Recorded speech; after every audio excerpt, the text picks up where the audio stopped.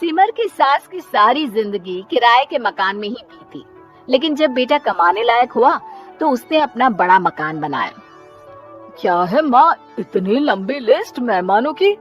गृह प्रवेश है सिर्फ, शादी में तो तुमने इन लोगों को बुलाया ही था ना। अरे बेटा, तुम्हारे पिता और मैंने तो सारा जीवन घर नहीं बनाया, ये सोचकर कि पैसा घर में लगा देंगे तो तुझे कहाँ से पढ़ाएंगे। अब बेटा, घर जैसी खुशी में मैं उन लोगों को कैसे भूल जाऊं जिन लोगों के साथ मैंने पूरा जीवन काटा। तभी वहाँ बहू आ जाती है। क्या माँ जी, कैसी बात कर रही हैं? बुआ जी, चाची जी, उनकी बेटियां, ससुराल वाले सभी तो आ रहे हैं। मैंने उनकी लिस्ट सुमन से पूछकर तैयार कर ली है। हाँ बेटा, ये लोग तो रिश्तेदार हैं, इन लोगों को तो बुलाना ही है, लेकिन जिन लोगों के साथ मैं किराए के मकानों में रही, वो मकान मालिक, वो पड़ोसी, उन्हें कैसे भूल सकती हूँ। माँ, लेकिन वो नीलम आंटी को तो मत बुलाना, बड़ा ही लो स्टैंडर्ड साउंड करती है वो।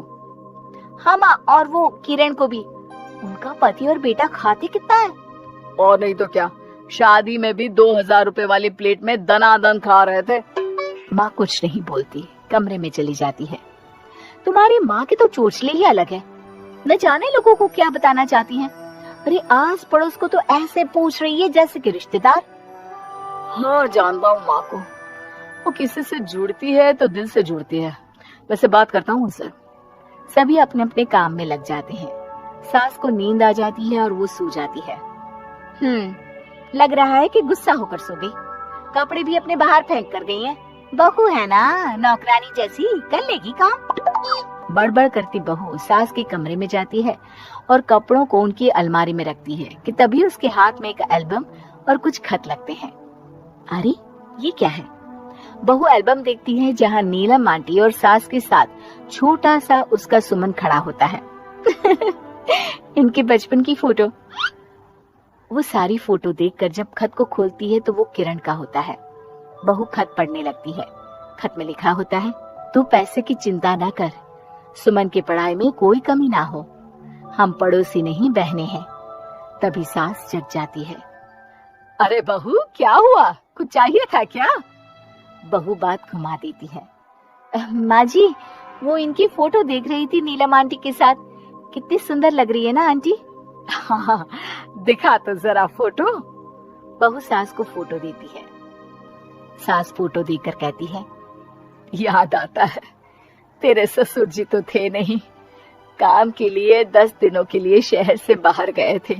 जब बेटा होने वाला था तब नीलम आंटी और अरुण अंकल ही थे।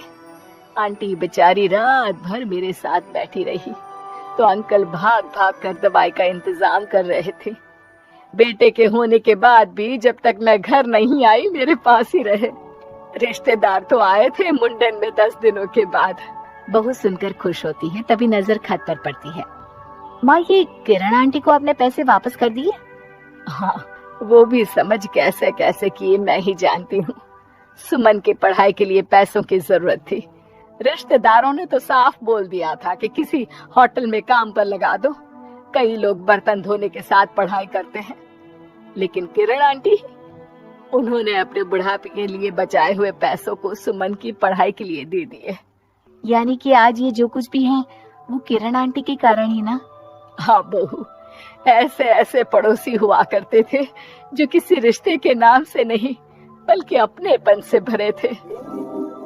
फिर सास का बोलने का रुख तीखा हो जाता है। और फिर भी देख, सुमन इन लोगों को भी नहीं बुलाने दे रहा है। माँ, मैं बात करती हूँ, ये लोग सिर्फ आएंगे ही नहीं, हम लोगों के साथ रुकेंगे भी घर में, रिश्तेदारों की तरह।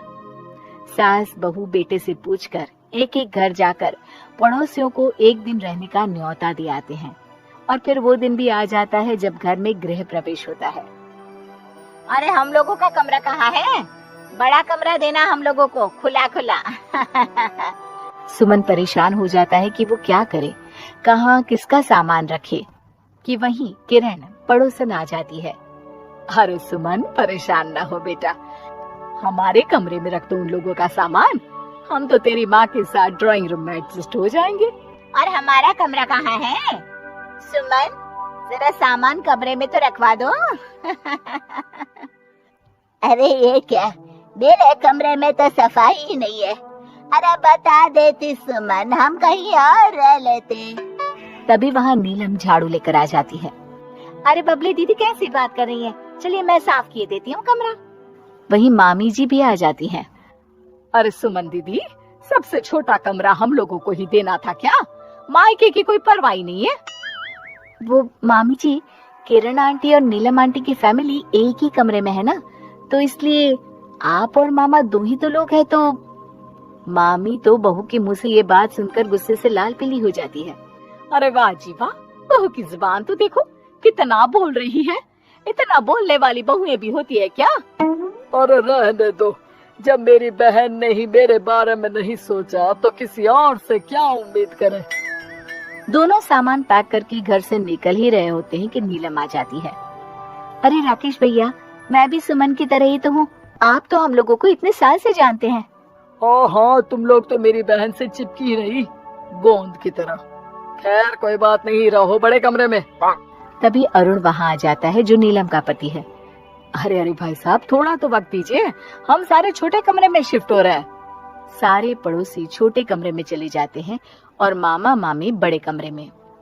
बहू चाची के कमरे से बाहर निकल रही होती है कि देखो कैसे बड़ा मकान बनाकर इतरा रही है। अरे जब हम लोगों ने कहा था कि घर बनवा लो, तब तो लड़के को पढ़ाने की पड़ी थी। इतना पैसा रखी थी, महंगे कॉलेज में पढ़ाया, तब बात मानी होती तो सस्ते में मकान बन जाता। बहू आगे जाती है, जहाँ दोनों पड़ोसन भी आपस में बात कर रही थी। मानना पड़ेगा सुमन को, बहुत ही समझदारी के साथ चली। बच्चों की जिम्मेदारी को सबसे ऊपर रखा, रिश्तेदारों के साथ भी पूरा निभाया। नहीं तो आजकल के रिश्तेदार। अरे सुमन के लिए तो हम हमेशा ही खड़े हैं। बहू तभी मामी के पास जाती है, जहाँ वो मामा से कह रही होती है, बस अब आ गए इसके घर। अब तो ये रो रो कर भी बुलाएगी तो मैं ना आऊं। कैसे कमरे में रखा हम लोगों को। सुमन भी ना किसी काम की नहीं है। बहू सभी को देख समझ रही थी, रिश्तेदारों के नखरों के बीच पड़ोसियों का प्यार। वो देखकर समझ जाती है कि सास के असली मेहमान कौन है।